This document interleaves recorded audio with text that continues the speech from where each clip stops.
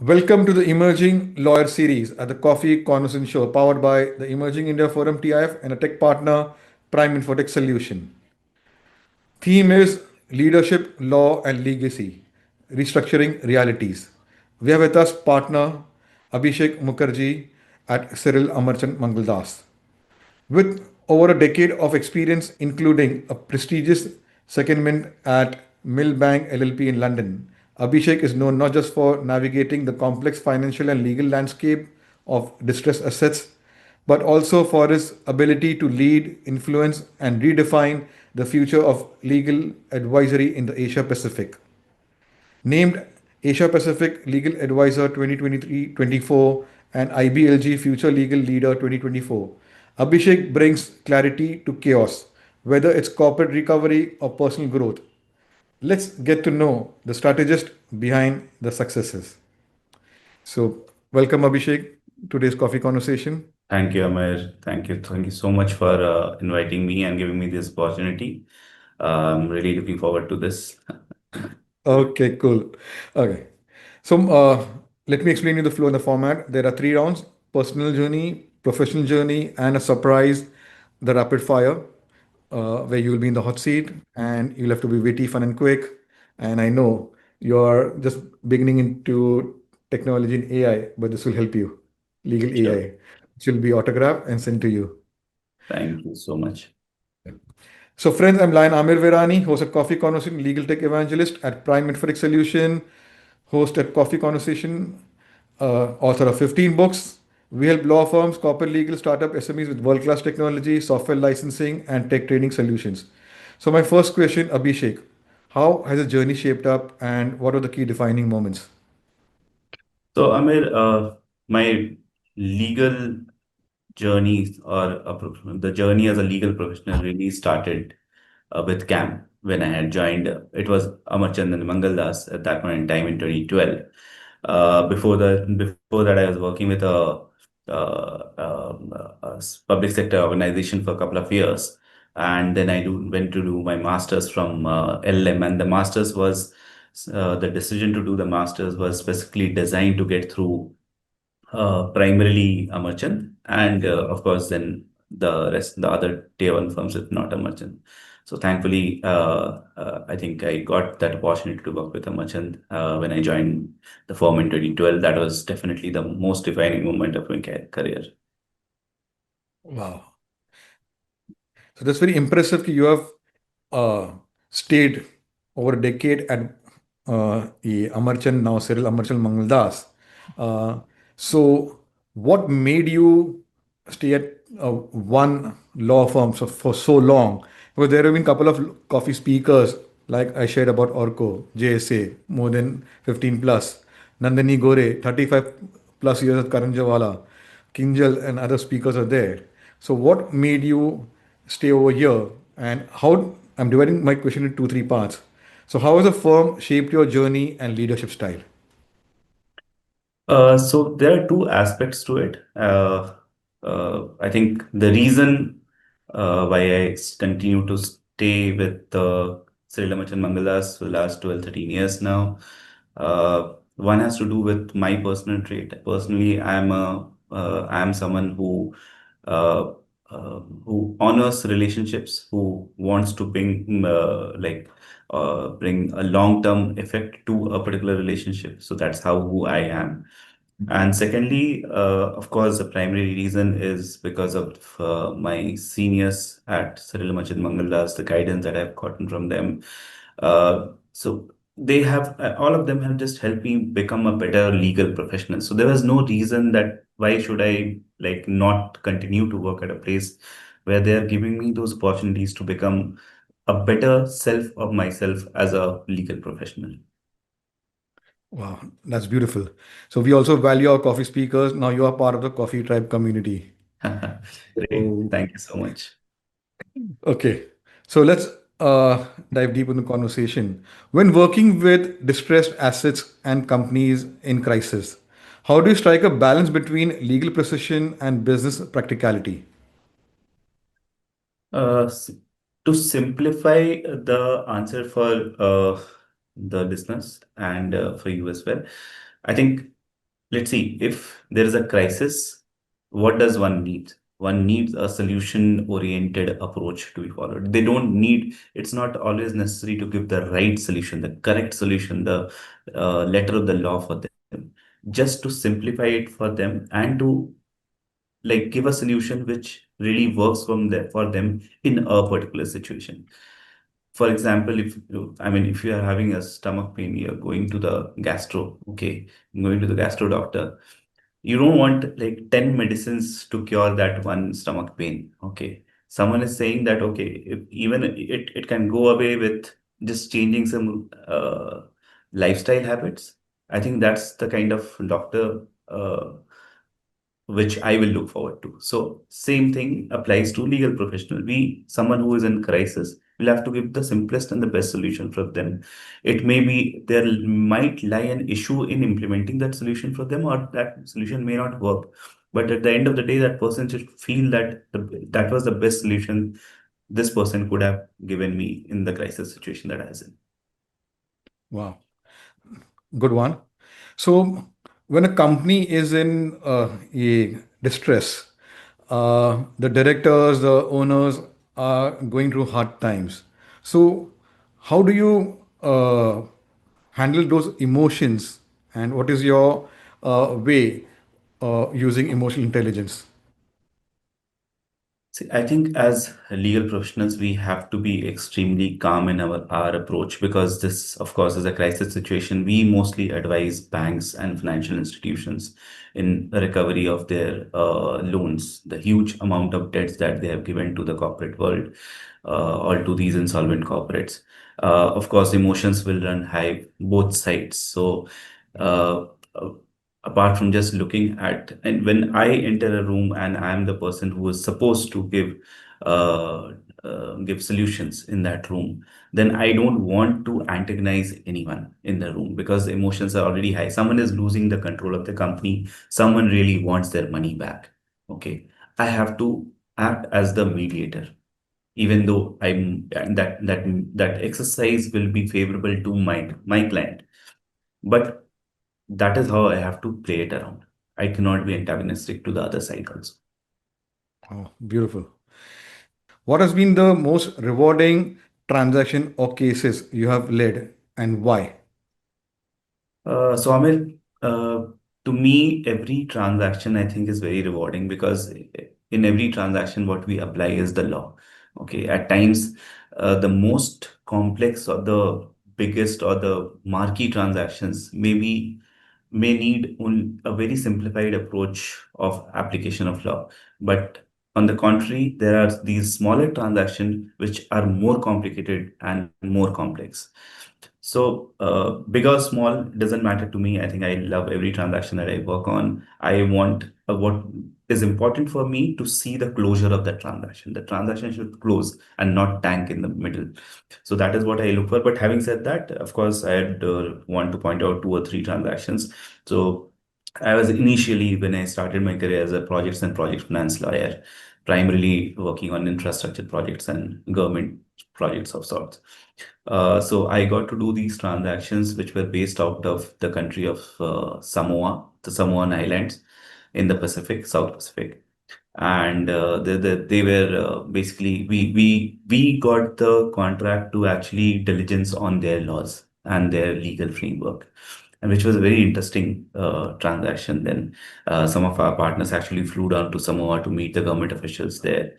There's another transaction in Sri Lanka, where we were onboarded as a legal advisor to International Finance Corporation, the IFC, the World Bank, for funding solid water, a water management project, bulk water supply management project.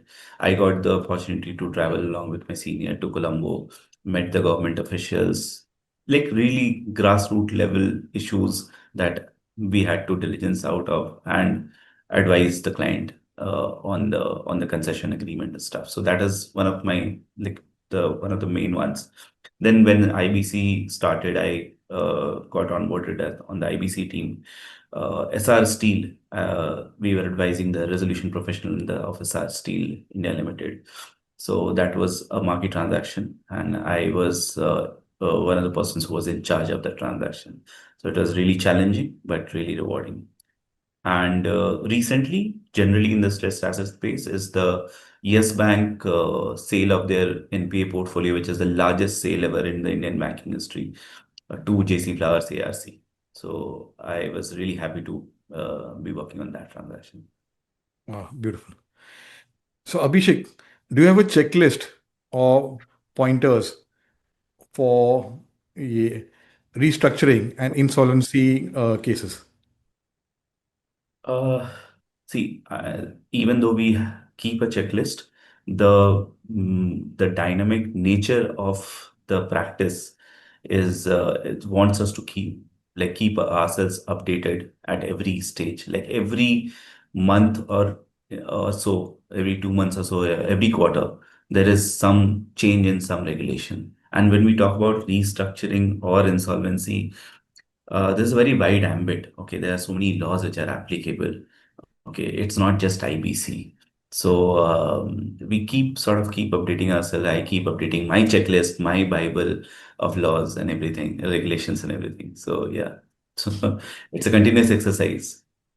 Yeah, I know. So, Abhishek, what trends are you observing in India's insolvency landscape and where is it heading in the next 5 years?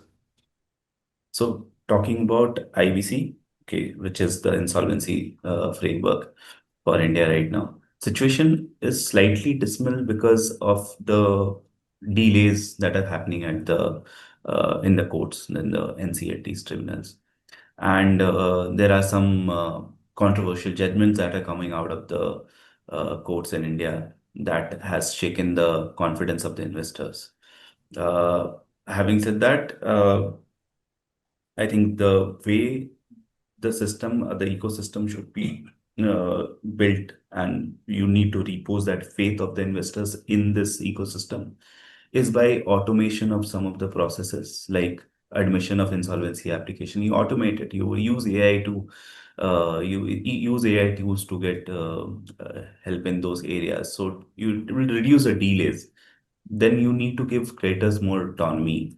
Okay, that can be only done when you have some regulations uh, around the aspect that there would be minimal court intervention, because that is when the creators will have autonomy to take decisions in a resolution for a company. Then, of course, the introduction of the cross-border insolvency, group insolvency frameworks, creator-led restructuring process frameworks. These have to now be brought within the ambit of the framework. You have to introduce these frameworks now. Wow. So, Abhishek, how did your secondment with Milbank in London influence your approach to global insolvency matters? So Milbank, my stint was a very short one. It was a 3 month stint that I had there. So nothing much from a learning of the law perspective. I rather like tried to learn the tricks of the trade. Okay, if I may say so, to understand how they approach their clients in a insolvency restructuring scenario. Okay, how their advice pattern goes. Okay, and how do they? And from see, when I went to Milbank, I was a principal associate. I was up for becoming a partner, so I had to prepare myself for that from that aspect. So what is the additional stuff that I can bring on the table to justify my case as to become a partner at CAM? So I try to learn those techniques. So for example, I'll give you an example. Unlike in India, okay, where clients approach us directly whenever there is a situation arises, okay, when they want us to handle an insolvency case. On the other hand, what happens abroad is legal advisors along with financial advisors, like the big fours of UK, okay, they keep tracking some of the cases, some of the companies which have gone into some stress situation. They keep tracking the contracts, they keep tracking the default position and stuff like that.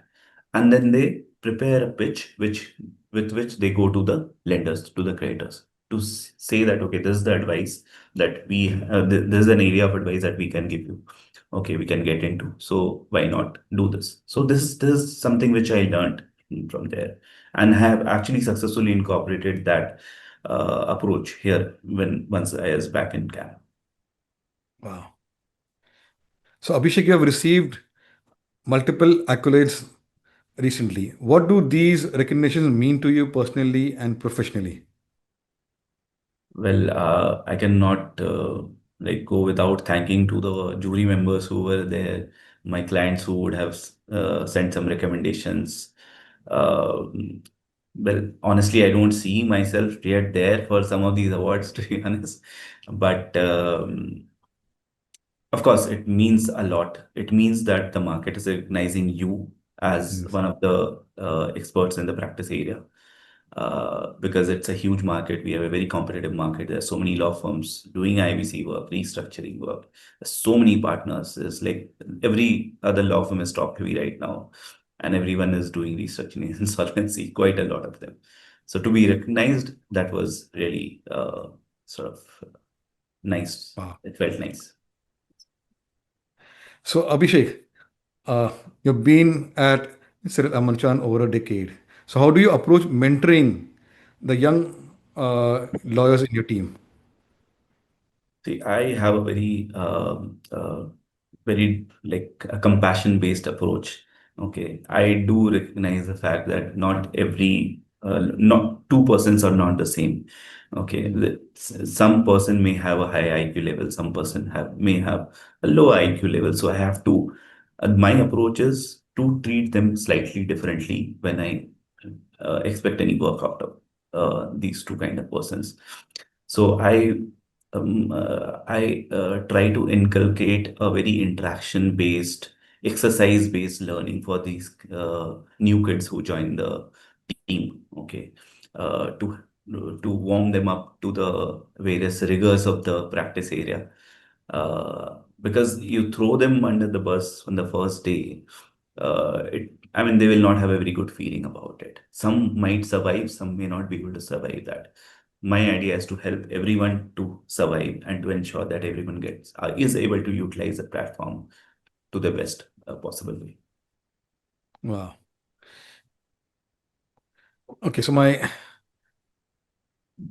next question. What are the biggest misconceptions young lawyers have about working in restructuring or project finance? I think one of the biggest misconceptions is that it's all standard documents that you have to draft. Some people like it, some because some people don't want to apply too much of their mind. Maybe they want to keep it slow and do the standard work. But that's a misconception because any restructuring or project finance document requires application and knowledge of multiple laws. And nowadays, when like a whole corporate default bubble had burst, okay, in starting from 2015 to 2020, and maybe some of them are still ongoing, creators have become more cautious, okay, and they want to see every document from an enforcement scenario, security enforcement scenario, basically expecting the doomsday and working backwards. So you have to know all the laws associated with a credit alone. Wow. So let's go to next round and understand Abhishek as a person.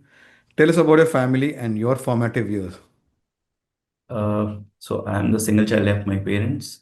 My father was with the State Bank of India, and I'm mostly based out of Bihar and Jharkhand. Okay, and it was a transferable job, so I also had to change multiple schools, seven or eight schools. But thankfully, because my mom was also a teacher, so she helped me across all throughout the changes that happened every 2 years. So to adjust to all of that. Yeah. So that is how I like 7 years, I think seven schools in till I completed my 12th. So Wow. you can imagine the length and width of the jurisdiction that I have covered within that region and the number of friends that I have made. Wow, that's beautiful.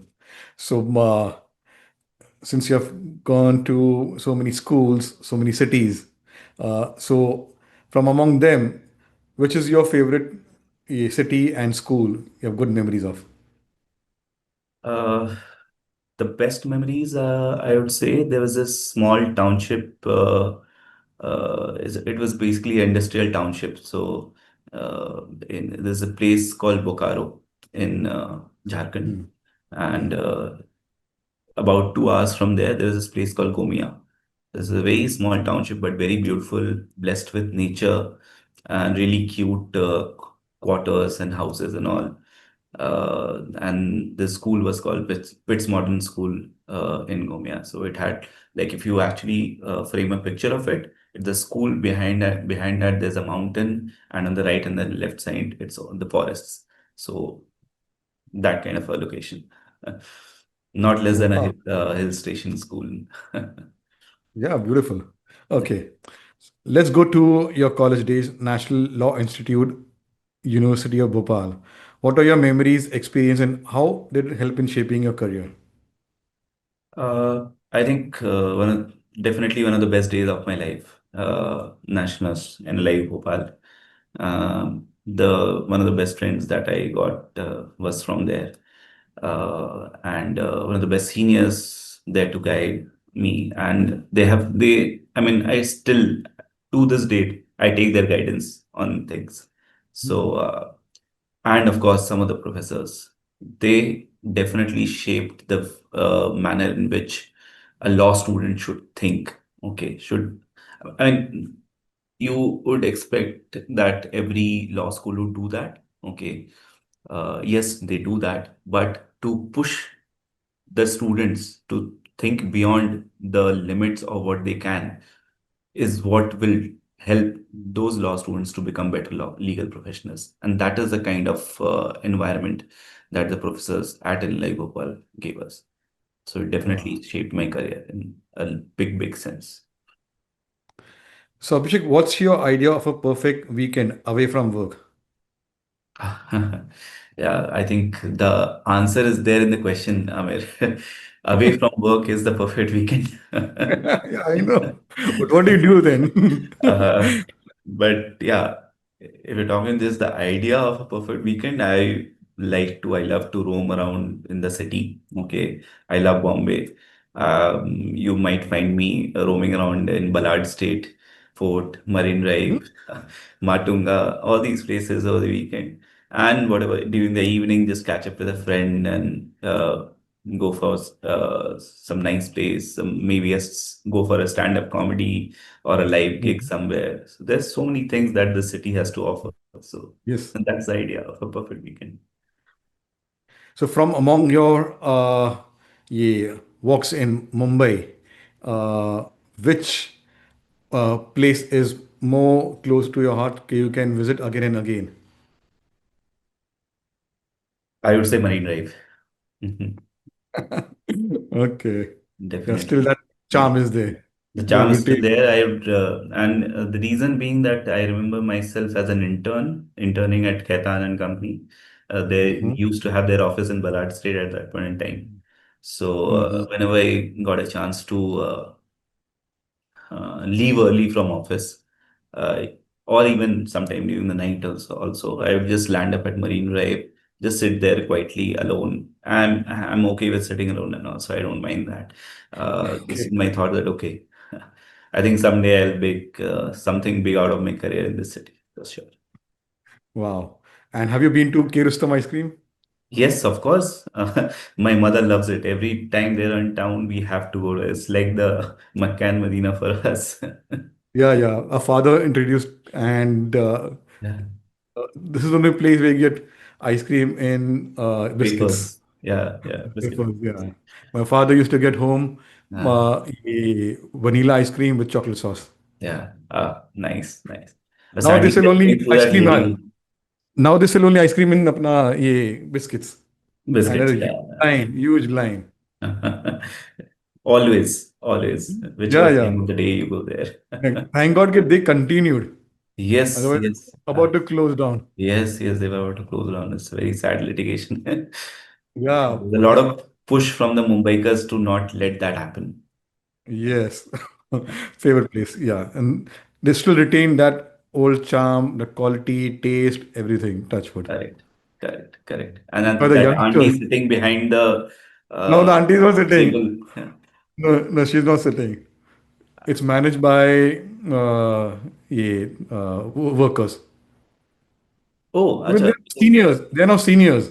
They come in, हाँ but हाँ yeah. I just went recently. The auntie हाँ. was not. Oh, So okay. Okay. the old workers were there and they are managing it. Okay. Taste, everything, the Barsi style. Nice. Nice. Yeah. Great. Yeah. We'll go sometime. Sure. Definitely, Amish. And one more suggestion will be I go for walk tours with Great. Khaki and others. That's a beauty. That is a beautiful way to discover the history, architecture. Uh, Mm-hmm. Palar Estate walks are there. Then Mm. Apna Dhobi Talao, so many. That's a Mm. beautiful Yes. way. That 2 hours you get to know the history, architecture, and the nuances and yeah, history, the place, what was there, what is now, and everything. Great. So my idea is to discover city is through walks. Of course, that's the best way. That's the best way Yeah, to. I keep track of what is happening, where what is there, and possible Yeah. plan out and join the group for the Yeah. walk tour. And So I've always gone. return in a Kali Pili. Sorry. Return home after the walk in a Kali Pili. Not in an Uber. Yeah, that can be because कहाँ पे छोड़ते मालूम नहीं पड़ता है. You start from where and you reach where, Correct. and ये रहता ही है. So good. That's another topic we'll discuss अपना ये रहता है. Sure. Okay.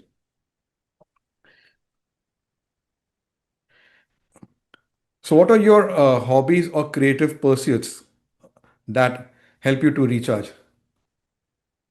I like playing the guitar. I'm still an amateur. I'm not a pro in it, but yeah, whenever I get time, I like try to uh, pick a song or something on the guitar and listen to music. Otherwise, yeah, these are my primary hobbies, and of course, try always trying to find out a particular food item or dish or a cuisine in Bombay. There's so many popping up every now and then. New places coming up. There are those old places, of course, but new places are popping up. So keep a track of that as well because I'm a foodie. I'm a hardcore non-vegetarian, so keep looking out for those. Yeah, So let's plan a GRF. sure, sure, sure, of course. So, okay. So what role do friendships play in your life, and how do you maintain them amidst the legal hustle? I would say one of the most important roles. I think after parents, definitely friends are your best source of support. Okay, and the best part is that they also don't know that, and works both ways. And me as a friend to someone, and someone as a friend to me, we don't know that we are actually supporting that person in some other manner at a very deep level. So, and the only I always try to keep in touch with my friends, at least the top 15, 20. So Yes. regularly. Okay. And whenever, say, I'm traveling for work or a business development exercise to, say, Delhi or Bangalore, Hyderabad, wherever, I'll call up the friend who's there and just definitely ensure that I'm spending the evening with that person. Beautiful. So what are your plans for 2025 personally and professionally? Uh, I think personally, I want to fix some of the lifestyle habits, get my health back in shape. Okay. That's the personal goal. Professional goal is, and actually, like, not to just for reaching a temporary milestone there, to make it a way of life that focusing on health should be your way of life. That's the personal goal. From a professional perspective, I want to grow my clientele network. Okay, I want to make sure that every advice that is going from my desk is something which the client has liked, and that not only has a recall value for me, but also that expands my net, helps in expanding my network. So Wow, these are the goals. beautiful.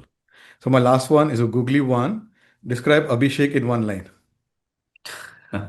uh, okay, this reminds me of my interview with the HR at Amarchand in 2012. The same question was asked to me, and therefore I'll answer the same. I'll give the same answer. I think one word is trust. Okay, I'm a very trustworthy person. If I have committed something to someone, I'll make sure that it's definitely happening. And all my friends, everyone, like friends, colleagues, I mean, all of their secrets and all of their good and bad things are stored within me. That is the level of trust that I have developed with people. I'm very glad that I am that person. Beautiful. So let's put you in the hot seat, the rapid fire round. Your go-to comfort food. Anything non-vegetarian. Okay. Uh, Favorite restaurant in Mumbai? Hmm. Recently, Coast and Bloom, Kohinoor Square. Wow. Yeah, they've got good options. Yes. Okay. Uh, your favorite non-vegetarian dish? The butter chicken that I make. Oh, you make. Then I will come Yes. down and to have with Yes. yeah, butter tandoori. Yes. Yes. Sure. Okay. Your favorite color? Blue. Boardroom strategy or courtroom drama? Boardroom strategy. Early morning flights or late night meetings? Neither. Nice one. Book that change your perspective. uh, Ikigai. Wow. Yeah. A quote you live by. Okay, that's a tough one. But yeah, try to be always be happy. Wow. If your life had a soundtrack, what would be the title track? Well, okay.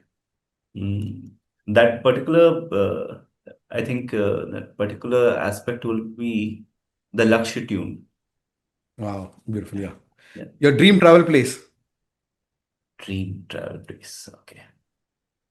Uh, Bora Bora Island. Mountains, Oh, Bora Bora Mountains, Afghanistan. wow. Best piece of advice received.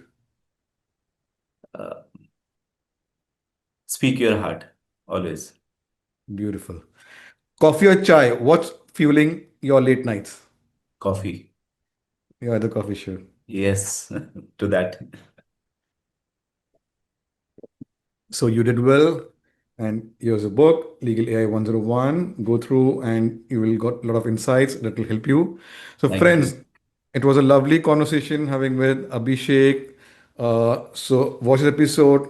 Okay, now he's treating Cam as his family. Yes, there are a lot of coffee speakers who have been in one place that has now become their part of their family. So personal family, business family, family is family. So I'm very proud कि by he values in relationships. So that is what a coffee brings to the table. We value all our coffee speakers. They're all very close to our heart. Watch, subscribe to the Coffee Corner Show. There are 500 different coffee speakers sharing their journeys. You'll implement in your life. And if you're in future like Abhishek, visit our LinkedIn page or website or yeah, call up any coffee speaker to push them to invite you to have coffee conversations. So take care. Thank you, Amir. Thank you so much. Yeah.